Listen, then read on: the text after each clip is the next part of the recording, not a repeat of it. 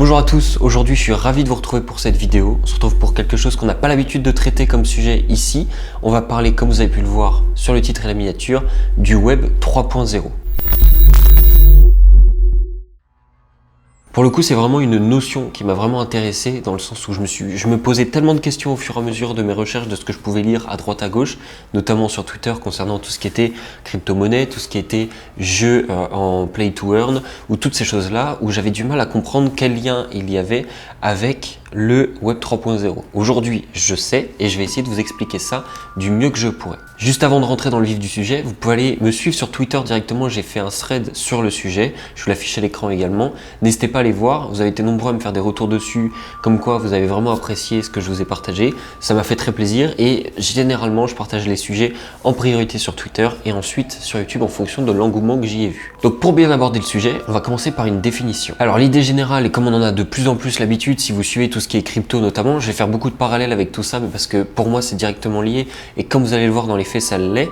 Donc, ce qui va se passer, c'est que l'ensemble des données en fait sont interconnectées, mais de manière décentralisée. Rien qu'en partant de cette première information, on est déjà vraiment loin de ce qui se fait dans le Web 2.0, le Web actuel que je vais définir ensuite, et vous allez comprendre pourquoi. À l'inverse de ce que je viens de vous dire, aujourd'hui, avec le Web 2.0, on est plus sur des données stockées dans des référentiels centralisés. Donc, on tend de plus en plus vers un web où les utilisateurs et les machines pourront exploiter les données. Pour commencer, il y a deux points clés à bien saisir. Dans un premier temps, c'est le web sémantique, et dans un second temps, c'est l'intelligence artificielle.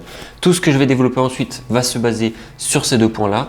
Donc je vais déjà les définir, comme ça on aura une base commune là-dessus et ensuite on va pouvoir détailler le sujet. Comme je vous le disais un peu plus tôt, le Web 3.0 va fonctionner sur des protocoles décentralisés, c'est-à-dire que ça va reprendre les fondations de base de la blockchain ainsi que les crypto-monnaies. Alors pour être sûr de bien tout comprendre, j'imagine que comme moi à la base, quand j'ai commencé à lire tout ça et à me documenter, je ne comprenais pas rien mais presque, et ben je vais essayer de vous détailler tout ça et on va commencer avec les balbutiements du web en reprenant tout depuis zéro. Replongeons-nous alors dans le web 1.0.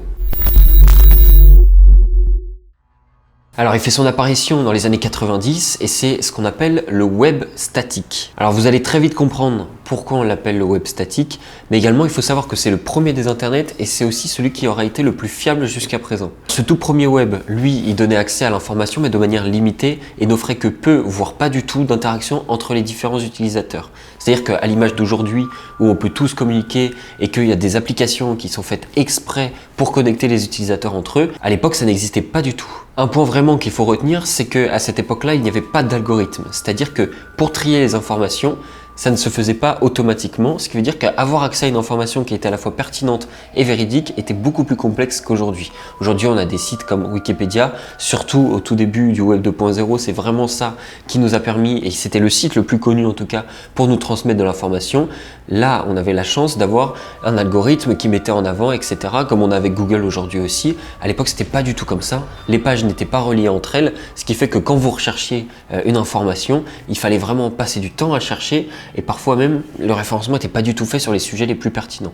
Passons donc maintenant au Web 2.0 qui lui est arrivé de 2005 à aujourd'hui et qu'on appelle le web social. Si je devais résumer en une phrase pourquoi on l'appelle le web social, c'est tout simplement parce qu'il y a une augmentation des interactivités. Toutes les évolutions qui ont permis d'avoir le web 2.0 qu'on connaît aujourd'hui sont dues en partie au JavaScript, au HTML5 ainsi qu'au CSS3 qui ont permis notamment de créer YouTube, WhatsApp, Facebook, etc. Alors de ce fait, on a connu l'essor des réseaux sociaux où là, à l'inverse du web 1.0, c'est majoritairement les utilisateurs qui, comme vous et moi, partagent la plupart du contenu. Et alors pour faire un lien directement avec ce que j'ai dit juste avant, le web 1.0, ce n'était seulement que quelques acteurs qui étaient capables de diffuser de l'information dessus, alors qu'aujourd'hui, voilà, on a de l'interactivité entre tout le monde, ce qui permet de partager plus facilement des informations. Et maintenant, bienvenue dans le web 3.0, on a déjà un pied dedans d'une certaine manière avec certains outils, certaines utilisations qu'on en fait aujourd'hui et notamment grâce à la blockchain. Mais c'est le web, c'est un web qui en fait va être aussi intelligent, voire presque, en tout cas plus presque que aussi de l'homme grâce à l'intelligence artificielle. Et ça refait directement lien avec ce que je vous ai dit avant, où les deux points clés c'était le web sémantique ainsi que l'IA. Alors moi, ce que j'ai surtout retenu, parce que c'est vraiment très vaste et on n'est pas encore sûr de tout d'une certaine manière, puisque c'est pas encore quelque chose dans lequel on vit dans le présent. Mais moi, il y a deux choses vraiment qui ont retenu mon attention. La première, c'est qu'on va avoir une collaboration vraiment plus forte entre les IA, donc l'intelligence artificielle, et l'homme, et ce qui va découler à une personnalisation qui va être presque infinie. Aujourd'hui, je ne sais pas si vous avez déjà expérimenté ça.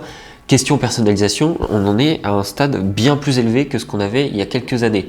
Dans le sens où, quand vous ouvrez Google, vous pouvez vraiment avoir un profil Google dans lequel vous avez une page d'accueil Google complètement différente que celle que va avoir votre voisin, à savoir une image, un fond, un thème plutôt sombre, plutôt clair. Vous allez pouvoir personnaliser vos icônes favoris, etc. En tout cas, vraiment, on a l'impression, en arrivant sur Google, presque d'être chez soi, dans le sens où on a vraiment tout à portée de main. Comme quand moi je vais rentrer, je vais avoir mon porte-manteau pour poser mon manteau et mon meuble pour ranger mes chaussures. Là, j'arrive, j'ai directement tout mon confort, c'est-à-dire que j'ai mon onglet YouTube pour aller plus vite sur YouTube, j'ai mon onglet Twitter pour aller plus vite sur Twitter, mon onglet Gmail, etc. Tout va être relié de manière à avoir tous vos accessoires utiles au quotidien directement à portée de main. Alors pour mieux comprendre tout ça, comment fonctionne cet écosystème, on va se concentrer cette fois-ci sur 4 points. En premier, on va voir l'ubiquité. En deuxième, le web sémantique. Ensuite, l'intelligence artificielle. Et enfin, la 3D.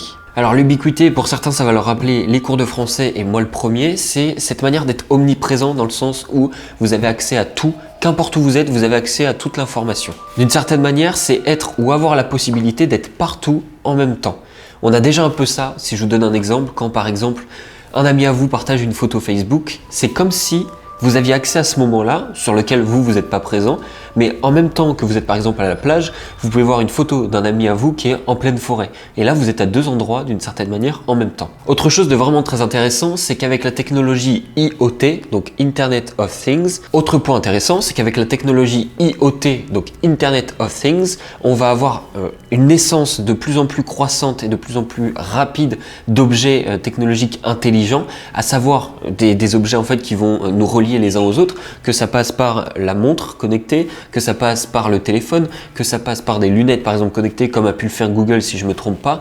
On va être de plus en plus reliés les uns aux autres alors qu'on est à la fois dans le présent et d'une certaine manière dans un monde virtuel à côté où on peut tous s'échanger et tous voir ce qu'on fait dans le même espace-temps mais dans un endroit géographique différent. Alors le web sémantique maintenant, qu'est-ce que c'est? On en a déjà parlé à plusieurs reprises et c'est tout simplement l'étude de la relation entre les mots. Donc en d'autres termes, le web sémantique, ça permet d'analyser des charges de données énormes provenant du web, que ce soit des contenus visuels, des contenus de texte, que ce soit des transactions et bien d'autres choses. À l'écran, je vais vous afficher un petit exemple avec deux manières d'écrire « j'aime les cryptos ». Comme vous pouvez le constater, même si la syntaxe est différente, la sémantique est à peu près la même. Et alors étant donné que la sémantique, ça concerne que le sens ou l'émotion du contenu, en l'appliquant directement au web, ça permet aux machines, à elles, de comprendre à la fois le sens et les émotions qui sont transmises dans notre phrase. Donc grâce à ça, à l'image, quand vous recherchez quelque chose sur internet et que vous avez des pubs qui sont ciblées par rapport à vos centres d'intérêt, là vraiment, on va avoir une expérience utilisateur qui sera beaucoup plus poussée et beaucoup plus personnalisée. D'où le fait que j'accentue le côté personnalisation infinie, et là vraiment on y va à 100% avec ce genre de pratique,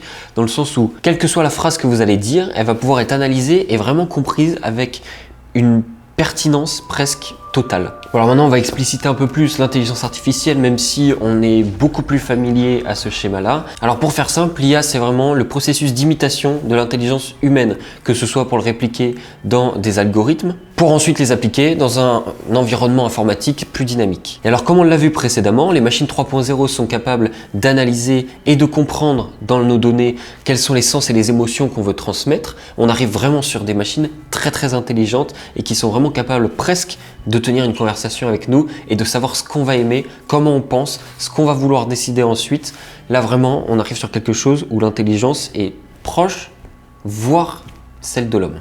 Pour faire un petit parallèle avec le web 2.0, aujourd'hui on est sur un schéma un peu similaire dans le sens où on a des machines intelligentes qui peuvent discuter avec nous, que ce soit Alexa ou des outils comme ça. Sauf que le problème c'est que l'acteur majoritaire ça reste l'humain, et l'humain c'est celui qui peut biaiser les informations contrairement à la machine. La machine, elle, comme on le voit sur la blockchain, c'est un outil qui nous permet vraiment d'éviter toutes les erreurs, que ce soit dans les transactions notamment en crypto-monnaie. et on est sûr de ne pas avoir quelqu'un qui triche directement en partant d'ici.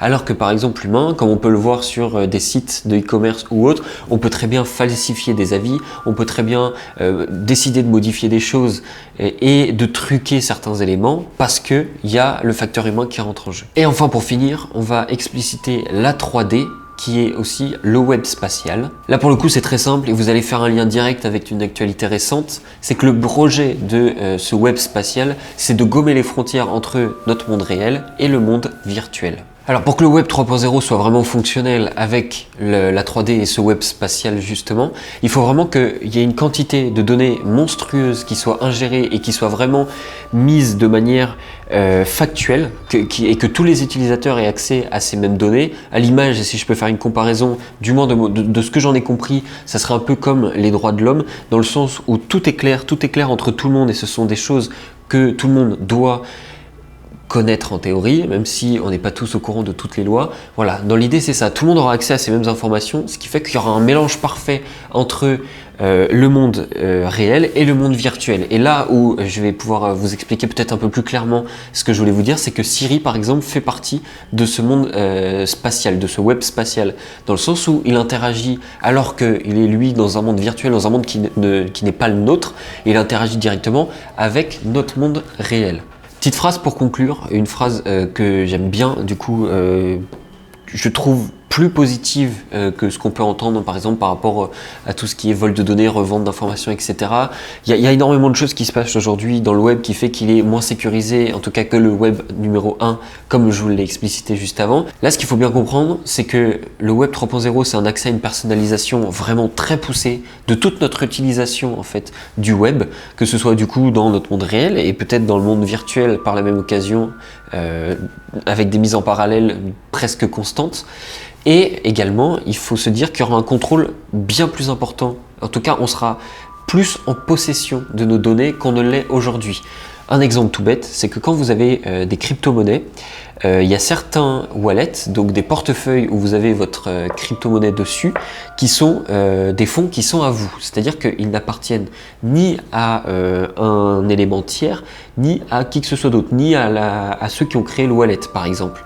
Vous êtes vraiment propriétaire de vos fonds et ça se caractérise notamment par des clés avec des enchaînements de mots. Pour ceux qui ont déjà un wallet en crypto-monnaie, ça parlera beaucoup plus. Pour ceux qui ne l'ont pas, il faut faire l'expérience pour comprendre plus facilement ce que j'explique.